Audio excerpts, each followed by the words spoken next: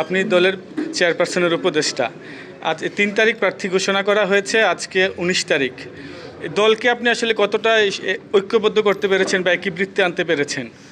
এটা রেজাল্ট হলো একমাত্র আমি এখানে মহানগরের সভাপতি।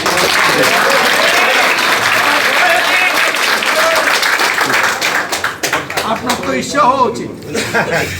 এই কয়দিনে আমি এই ঘরে আমার এক পাশে জেলার সেক্রেটারি, আর পরে হলো মহানগরের সভাপতি, এই যে প্রবীণ নেতা আমাদের, তারপরে আমিরুজ্জামান, যে এই এখানে সকল আন্দোলনের মধ্যে তার বজ্রকণ্ঠ বেশি ওঠে।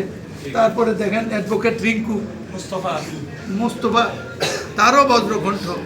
এই যে এতগুলো নেতা, ওয়ার্ডগুলোর প্রেসিডেন্ট, সেক্রেটারি, আপনি তাহাজ্জুদের নামাজ পর্যন্ত সময় লাগবে সবার রাজনৈতিক কৃতিত্ব দান। Don't think our party very small.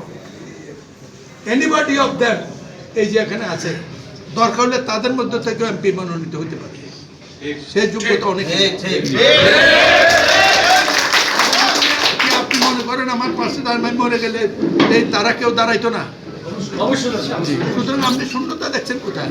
আমি করে তারা 1-2 ঘন্টা বয়ে রয়েছে আমি আসার জন্য, তারপরেও বুঝুন না দলটা কত ঐক্যবদ্ধ হয়েছে। দলটা যে ঐক্যবদ্ধ হয়েছে এই কথাটা আমি আপনার মুখ থেকে শুনতে চেয়েছিলাম, সেটাই মূল প্রশ্ন হচ্ছে। ওটা রাখুন, জি, আগামী কয়েকদিনের মধ্যে আমার যে প্রতিদ্বন্দ্বী অসন্ত দায়িত্ব, দল যদি একটা করি আমরা একসাথে করি। আপনি ভালো রেসপন্স পাচ্ছেন, যেহেতু 2টা উপজেলা হয়ে এখন কম না ভালো রেসপন্স পাচ্ছেন, আমি সেটাই বলছি। এখন তাহলে আপনার সামনে কঠিন কোনো চ্যালেঞ্জ আছে কিনা? আমি দেখছি না, এই কারণে দেখছি না, আমি যেখানেই যাচ্ছি সেখানে দেখছি একটি আওয়াজ, উন্নয়নের পথে আছি মনোলোক চৌধুরীর সাথে। আরেকটি আওয়াজ আছে, জিয়া জিয়া দানের শীষ দানের শীষ। আর পরে আরো আছে তারেক জিয়া তারেক জিয়া, জিয়া খালেদা।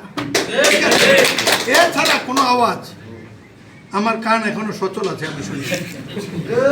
ঠিক নেই? ইনশাল্লাহ।